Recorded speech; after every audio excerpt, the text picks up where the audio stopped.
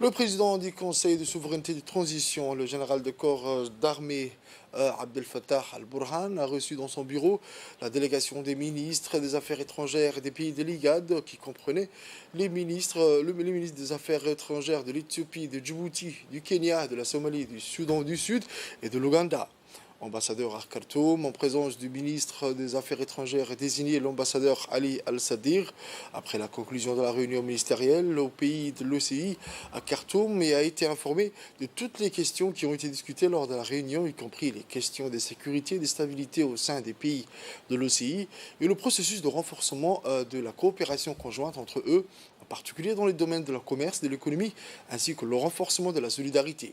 Au cours de cette réunion, les ministres ont affirmé la solidarité de leur pays et leur soutien au Soudan pour surmonter l'étape actuelle et restaurer son rôle naturel sur le continent africain. Le ministre des Affaires étrangères djiboutien, M. Mohamed Ali Youssouf, qui s'est exprimé au nom du ministre des Affaires étrangères des pays de l'IGAD, a déclaré dans un communiqué de presse qui sont transmis au président du Conseil de souveraineté le soutien et la solidarité de leur pays avec le Soudan pour surmonter les conditions actuelles qu'ils traversent, ainsi que leur soutien au processus du dialogue politique au cours entre les parties.